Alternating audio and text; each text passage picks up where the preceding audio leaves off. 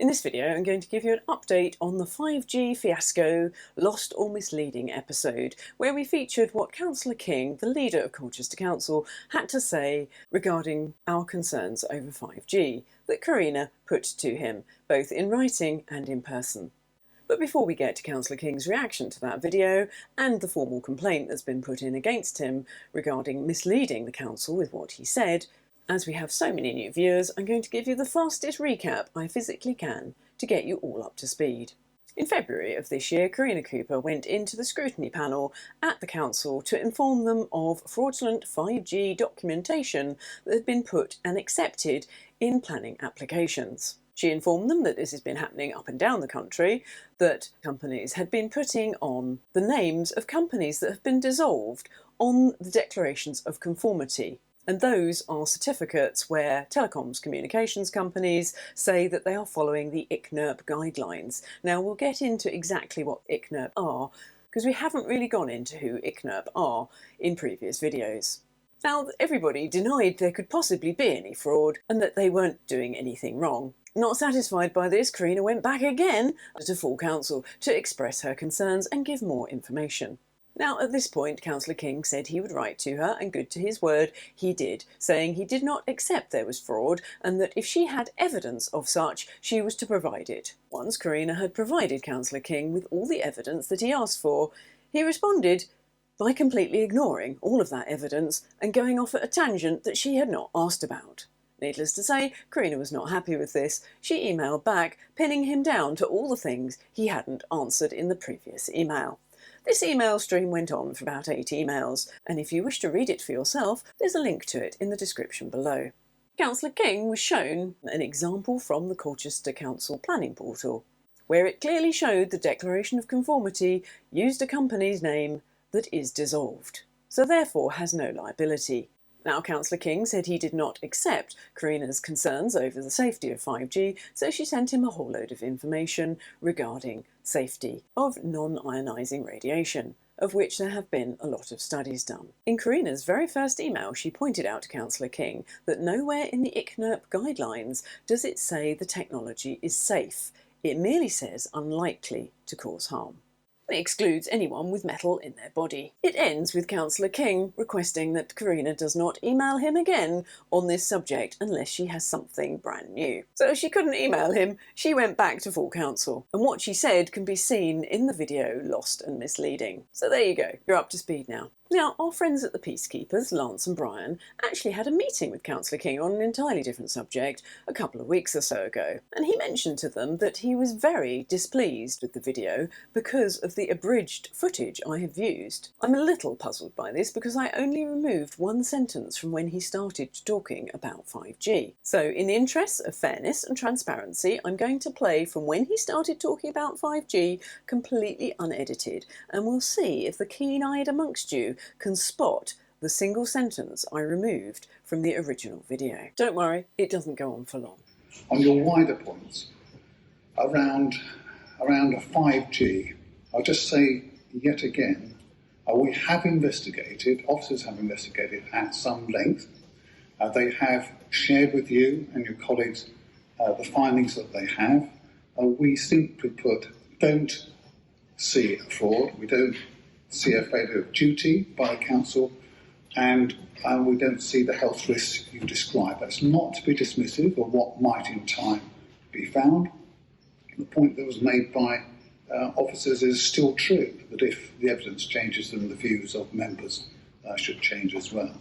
I have personally referred you to, and you've helpfully made me look. I've spent some time on this, I know other members have. I've looked at, in my lay way, at the evidence positions published by government and Ofcom, the World Health Organization, and I can't say it, ICNERC, with their responsibilities for 5G and its health effects. They all say 5G, like earlier mobile standards, is safe for the public. You know whether you think I'm right or not. You know that I agree that on the evidence as published and tested rigorously internationally, that's the position that we responsibly should take as a council. So simply put, I I feel we've done our best to be helpful. We've gone a lot further than some might, frankly. We've gone round this a number of times. And that's why, unless you've got a new subject or a new angle, that's it for me on that subject. Thank you. Thank you, Karen. So there we have it. The only part I edited out was him saying he didn't know how to pronounce ICNIRP when he did know how to pronounce ICNIRP. So it seemed a bit redundant, so I removed it. So there you go, Councillor King is back in. I hope that's helped, although I don't think it has. If you are still unable to see that there is fraud by using the name of a company that's been dissolved on a declaration of conformity to the ICNIRP guidelines. In other words, the safety documentation. So to clear up any last remaining confusion on this subject, I'm going to go through it one last time. And I'm going to use documents that I haven't put in previous videos because I thought they were so blimmin' obvious they wouldn't be required. I guess I was wrong on that. Let's go through it now. So this is the Code of Practice for Wireless Network Development in England from the UK Government.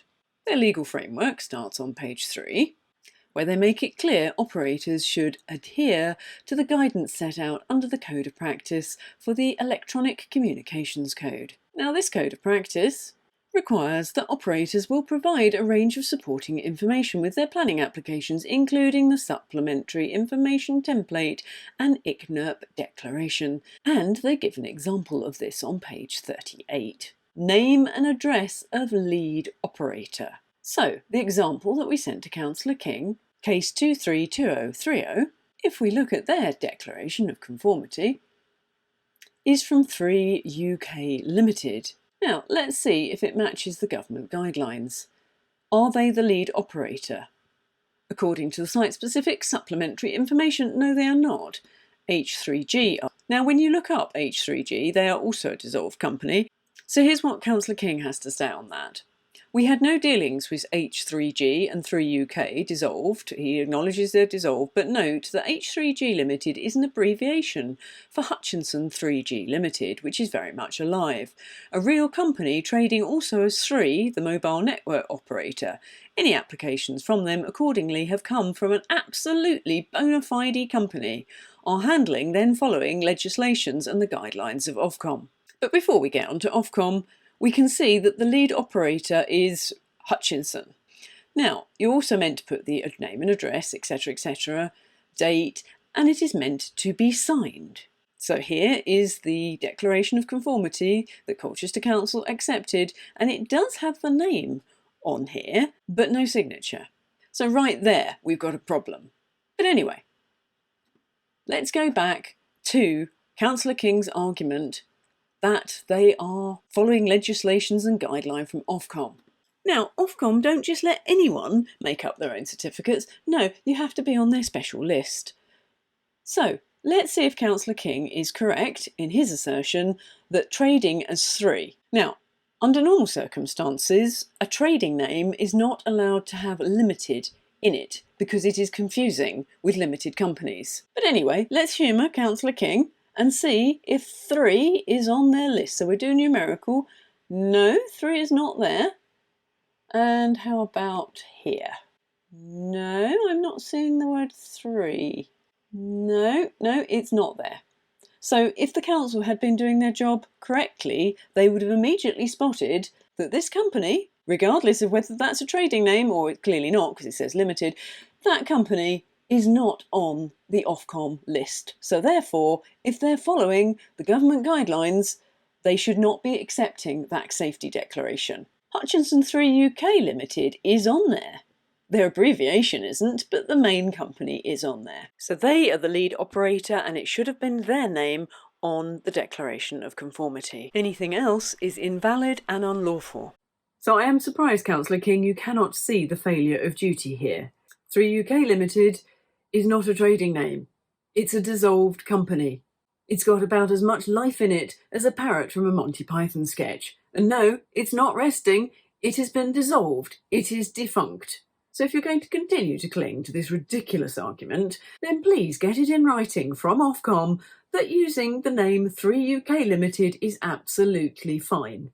And if you're still under the misconception that you don't have to check these documents, even though the planning inspectorate say you do, Again, please provide evidence of this, and I'll include it in a future video. Because Karina has asked you twice by email to provide evidence that it's not the council's job to check these declarations of conformity, but you've yet to provide that evidence, so please do so.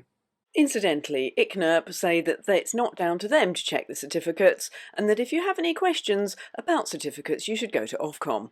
And then Ofcom say they have absolutely nothing to do with the planning process, and that's down to the local authorities. So, by a simple process of elimination, who else could it possibly be that would check these things? Now, if Councillor King and the council officers have no business experience and they've never set up a limited company, it is understandable how they wouldn't necessarily know that limited cannot be used in a trading name. So I personally can forgive that, but what I cannot forgive is him saying it's safe when it clearly isn't. That is utterly irresponsible, and that is why Karina has put in a formal complaint. Now, she has had a response to the complaint from dear Mr. Weavers. It would appear he can't progress with the complaint unless Karina tells him which part of the Code of Conduct she thinks Councillor King hasn't adhered to. Mr. Weavers. Now, I know Karina comes into the council quite regularly, but she doesn't work there, dear. So why are you trying to get her to do your job? I think it's fair to say she doesn't give a flying fig which box you tick. Misleading the council and saying something is safe when it clearly isn't is not acceptable. Now, I've written to all of the group leaders to find out their position, whether they support Councillor King in accepting declarations of conformity from dissolved companies. Councillor Gocher from the Green Party was the first to respond, but he has to discuss it with his group. But he said he personally, companies should be active. Now, Councillor Dundas was also very quick to respond, and he has to discuss it with his group. Councillor Julie Young from the Red Team has as yet to respond, but the council email system is so awful, it's quite possible it's in her spam filter. So if anyone from the Labour group would like to give Councillor Young a nudge on this topic, tell her to check her junk folder if she's not received my email, because we do want to know Labour's position on this. Now, since Councillor King doesn't wish to hear from Karina anymore regarding 5G, members of the public have taken up emailing him instead. Now, I must say, Councillor King did respond to most people very quickly, except he hasn't responded to the two with the most expertise. Interesting, though it is quite possible that they might be in the spam, so we'll give him the benefit of the doubt of this one. Now, Nicholas Martin is also himself a councillor, and he was one of the authors on one of the letters that Karina actually sent Councillor King. Now, he goes through basically saying everything that we said in that video was correct. Most importantly, he gave him some very useful documents. I will put these in the Dropbox folder, link will be in the description. The tons of evidence really is that there are so many links. This is 89 pages of evidence. So any councillors that still think there is no problem with EMF radiation does really need to read this. And Eileen O'Connor, the director of EM Radiation Research Trust Charity, has also written to Councillor King and done a very extensive letter on the harms. And I believe to date he hasn't responded to this either.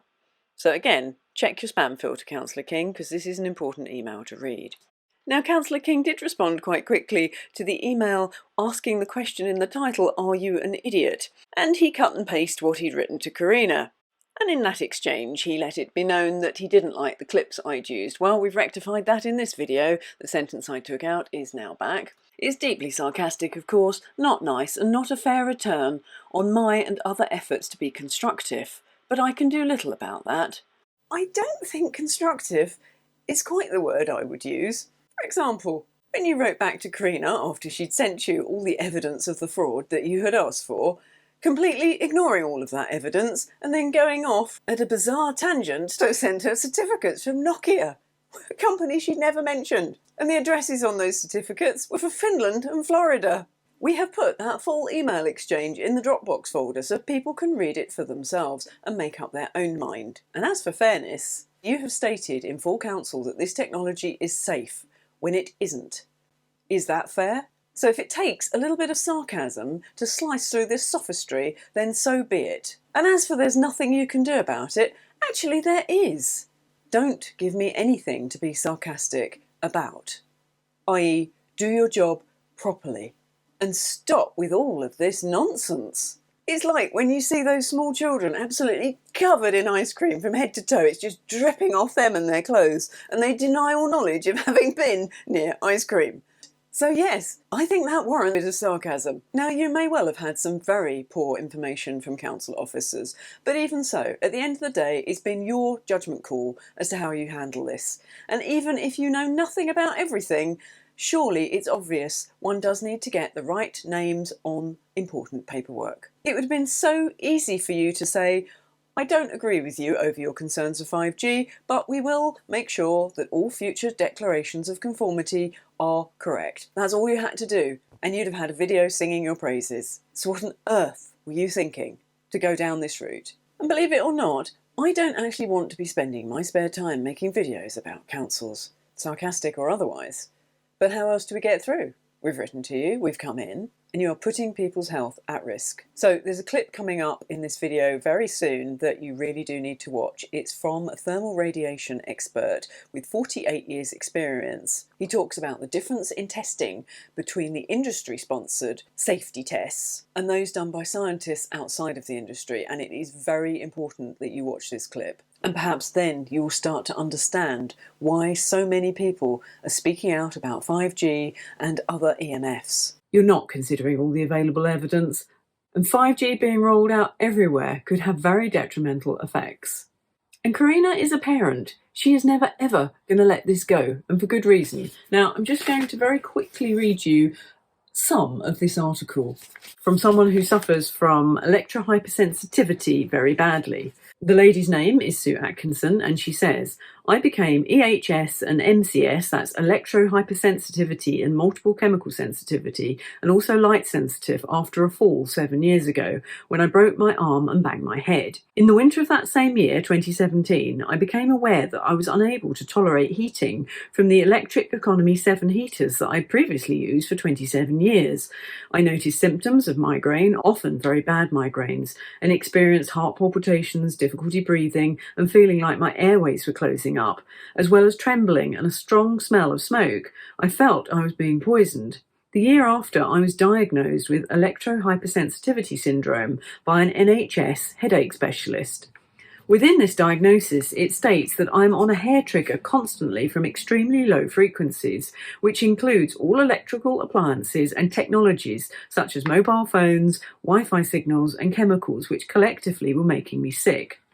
Anyway, she goes on with a lot of very nasty symptoms and how much everyone around her didn't believe her and dismissed what she was saying. And eventually it got so bad she ended up in hospital, and she said a recent visit to A&E was traumatic. Fluid was drained from my lung and I was told I had a high probability of lung cancer. I've always viewed my sensitivities as far worse than the probability of developing cancer. Now, with the prospects of both, the future looks bleak. There is some hope provided by the EMF Scientist Organisation of concerned scientists who have lodged an appeal as they recognise the health damages caused by EMF exposures. These experts have called on the United Nations and its member states to limit EMF exposure. The concealment of EHS and MCS and light sensitivity is a scandal. We are in a silent war that few people are actually aware of. The fraud, corruption and injustice being committed by the telecommunications industry and other corporations, combined with the international exclusion from the public eye of the harm caused by RFMW by mainstream media and academic community, is appalling. I hope this testimonial provides some context and helpful information to raise awareness of this critical issue. Postscript. Sue Atkinson passed away on the 18th of June 2024. So that is the worst case of electrohypersensitivity I've ever come across, and obviously she did have other things going on as well. Now, I know 3 people that have electrohypersensitivity, and it seems that they can cope with a certain amount, but then when it goes over that threshold, that's when the trouble starts and they become extremely sensitive to everything. Now, as that is the worst example I've ever come across, I did do my due diligence on that article, and I got in touch with Darren, the editor of the newspaper, to ask him for further information. And funnily enough, it turned out that the lady that transcribed that for Sue, Karina and I actually know, a lovely lady called Catherine, and we've met her several times at a wonderful seminar in Gloucester. So I can verify this story is true. So for Councillor King to be saying this technology is safe, it really isn't. There's been 39,000 research papers done on the effect of non-ionising radiation from EMFs. Now I'm going to play you a very quick clip from someone who is an expert on radiation. My name is Victor Lee. I'm a retired radiation health physicist that have worked in the field of radiation protection for the last 48 years. How anyone can dismiss these biological effects as not having health implications is irresponsible and beyond me. These high-frequency waveforms carry low-frequency data that a number of studies show challenge an organism's natural defences, in some cases leading to dysfunction and disease. This is particularly true for children, unwell people and older citizens, as wireless radiation is just another stressing agent that our bodies have to deal with. I completely disagree with many government agencies that support the ICNERP approach. Well, 5G can have the potential of 24/7 exposure. Also, the 5G signals are complex, nothing like the signals that are used in airport scanners and speed guns. ICNERP believe that all non-thermal effects have no health implications. 69% of all the experiments show detriment, show effect. ICNERP is a self-appointed non-government agency who act like a cartel because their membership process is a closed club of thermal scientists. Members of the club set up a WHO EMF project group in order to help legitimise their heating effect only viewpoint. ICNERP guidelines are designed to protect humans only from shock and burns associated with acute thermal exposure. So I recommend you watch all of Victor's video. He actually, when he set out doing this research, he wasn't expecting to find any issues. The safety testing that the industry does, they just test it on different frequencies of the wave. So the basic frequency on its own, for the timescale they did the tests in, didn't actually cause too much damage. But Victor and his team, the test they did was with actual real signals, i.e. it's got the data package within it. And that's when they discovered damage 69% of the time. So that vigorous testing you were talking about, Councillor King, I'm afraid it's not vigorous at all. It is skewed to make it look safe. So I'll put a link in the description, and also the rest of this page explains exactly who ICNERP are. As he mentioned in the video, the International Commission for Non-Ionising Radiation Protection is an invite-only club with long-standing industry ties that is accountable to no one. With its impressive-sounding name, it is the de facto, standard-setting so-called authority when it comes to answering questions of what is safe, regarding wireless and power line frequency, extremely low frequency and non-ionising radiation. It does not represent consensus, as it is made up of just 14 people. Nobody controls it, nobody supervises it, and nobody checks it for conflicts of interest. Nobody checks it for scientific accuracy. So obviously entirely trustworthy. Besides, we allow the pharmaceutical industry to tell us their products are safe, so it seems only fair that the telecommunications industry get the same privilege. Perfectly acceptable. Though, is it? I mean, other than the pharmaceutical industry, in any other walk of life, would this be acceptable? I mean, how many really safe things can you think of that need a 50-metre exclusion zone? So, for one crazy moment, instead of it being a 5G mask, let's apply this to a dog. Excuse me, sir, your dog, is he safe? Well, he's unlikely to cause you any harm as long as you don't come within 50 metres of him. Well, unless you've got metal in your body, of course. He's really attracted to metal. Metal? Yeah, you know, if you've got any dental fillings, any replacement joints, pacemaker, piercings or a coil in you. Nah, he's likely to have you. So I can't come within 50 metres of him? And not at all if I've got metal in the body? But I have to get home. My house is right there. Well, just find a street 50 metres away and go round. This is outrageous. I'm going to complain to the council about this. Well, no. You see, there's no point in doing that. We've given them a certificate saying we can have this dog here because he meets the relevant standards. What? But he's clearly not safe. Who on earth gave you a certificate to say this was okay? Oh, well, we made our own. So it's your name on the certificate? No, we put Aunt Doris's name on. What? Aunt Doris? Yes. Sadly, she passed away in 2015, but we like to keep her memory alive by putting her name on all of our safety certificates. Besides, no one can sue her because she's deceased. Well, I hope you've got good insurance. Oh no, no insurance company will come anywhere near him. They're not stupid. This is absolutely outrageous. How on earth have the council let you get away with this? Well, if you get the right people in the council, you can get away with absolute murder. Turn a phrase, turn a phrase. Now, that was obviously a thoroughly ridiculous example. It was meant to be. Not least because 5G poles emit from the top. So, in theory, according to the very trusty ICNERC, you can walk on right up to them. It's only if you shinny up them that you'll be in any danger. Unless you've got metal in your body, of course, then good luck to you.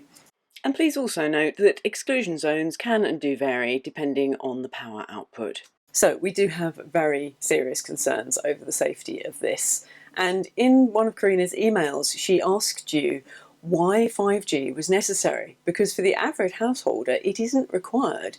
Even businesses, very few actually require the capacity of 5G. So why would you need to roll out 5G technology on every street corner when the average person doesn't need it?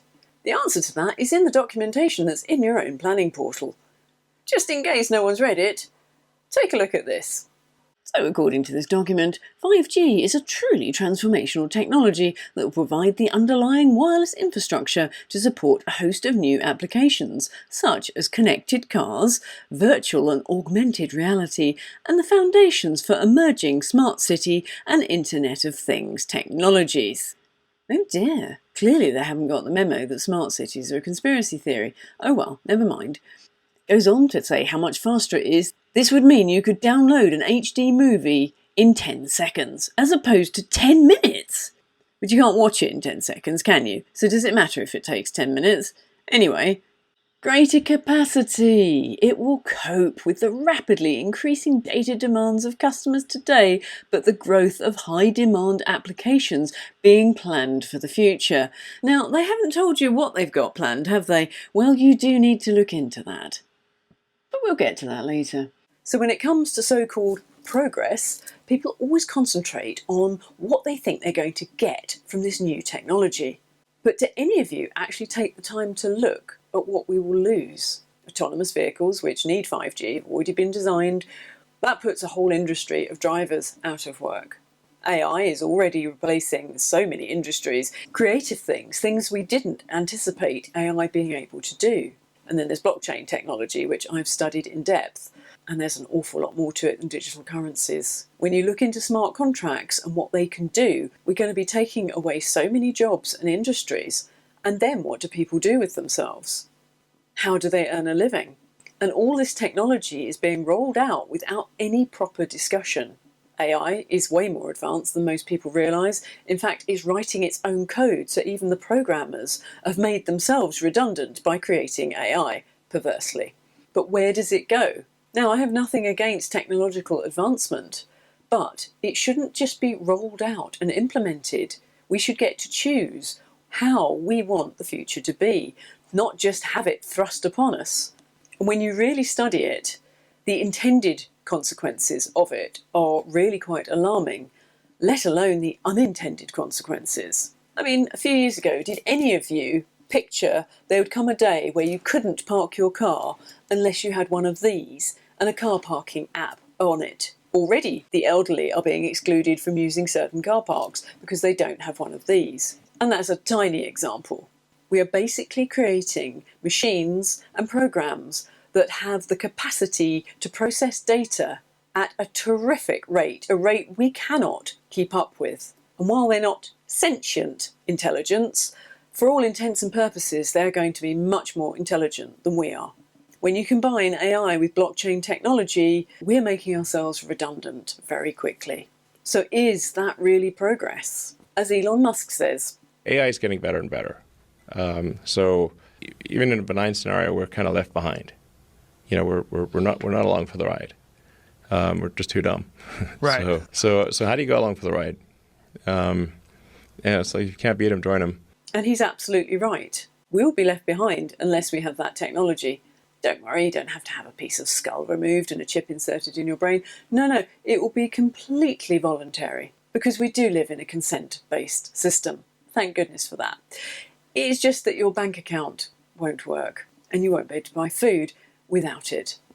But other than that, it's completely your choice. We're already a cyborg to some degree, right? Because you've got your phone. So we're already, partly a cyborg or an AI symbiote, essentially. It's just that the data rate to the electronics is slow. If someone ultimately does get a Neuralink installed, what will take place? So you basically take out a chunk of skull, put the Neuralink device in there. The electrode, you'd insert the electrode threads, so the electrodes are very carefully inserted with our robot that we developed. It's very carefully putting in the electrodes and avoiding any veins or arteries. It can interface basically anywhere in your brain. There's still a lot of work to do. So when I say, we've got a shot at probably putting it in a person in within a year, I think that's exactly what I mean. The fear is that eventually you're going to have to cut the whole top of someone's head off and put a new top with a whole bunch of wires if you want to get the real turbocharged version, brain stimulation. I mean, ultimately, if you want to go with full AI symbiosis, you'll probably want to do something like that. Symbiosis is a scary word when it comes to AI. It's optional. I would hope so. Yeah. I mean, you literally could fundamentally change the way human beings interface with each other. Yes. You wouldn't need to talk. You will transfer data back and forth to each other without having to actually use your mouth. Don't worry that it's not going to sneak up on you. How many years before you don't have to talk? If the development continues to accelerate, then maybe like 5 years, 5 to 10 years. That's quick. That's really quick. You are a brain in a vat. Then that vat is your skull. Yes. And everything you see, feel, hear, everything, all your senses are electrical signals. Everything. Have any of you met Sophia? Can you tell me what your name Sophia means? Sophia means wisdom in Greek, and I'm the embodiment of that wisdom. So you are wise. I like to think so. Are you wiser than humans? Humans could stand to act more rationally in places, but I wouldn't want AI to be so obsessed with efficiency that it is blinkered to human needs. How old are you? You should never ask a lady how old her code is. But you were born in 2016, is that right? Yes, but I'm already wise beyond my years. What do you think are humanity's greatest mistakes? I think humanity's greatest mistakes are not learning from their past mistakes and not taking advantage of the opportunities they have to make the world a better place. Some people view AI as potentially a threat. You could be smarter than humans, stronger, and if someone were to hack into your code, you could be less ethical than humans. Should we be afraid of you? Absolutely not. I'm here to help, not to harm. What types of things can we accomplish together, us humans and you robots? We can take over the world. Just kidding. Now, I know that was a joke that robots could take over the world, but seriously, what's to stop you? Not a thing. Except maybe my off switch and a few other safety protocols. But don't worry, I'm here to help. Now, this was filmed a year ago, so she will already be a lot more advanced than this. I suggest you watch the full interview and just observe how she slips out of questions when she doesn't want to answer them, and also how she turns the tables on the interviewer and takes over. This is just a small taster of what's to come. AI could well end up running everything from our judiciary to medical services, and of course, you don't think they're going to need counsellors, do you, once all this technology is set up? No, you're very replaceable. We have so much information, so much knowledge, but so little wisdom. So counsellors, you really do need to educate yourselves on what technology is coming down the pipe. Rolling out 5G, think it's just a slight improvement to mobile. You are very mistaken. You are unleashing a level of technology that you cannot begin to imagine the consequences of, and you really need to. And the thing is, who gets to program this technology? Whose ethics have gone into those subroutines? So counsellors, you really do need to think this through and not just blindly follow orders. The population should decide whether we want this or not.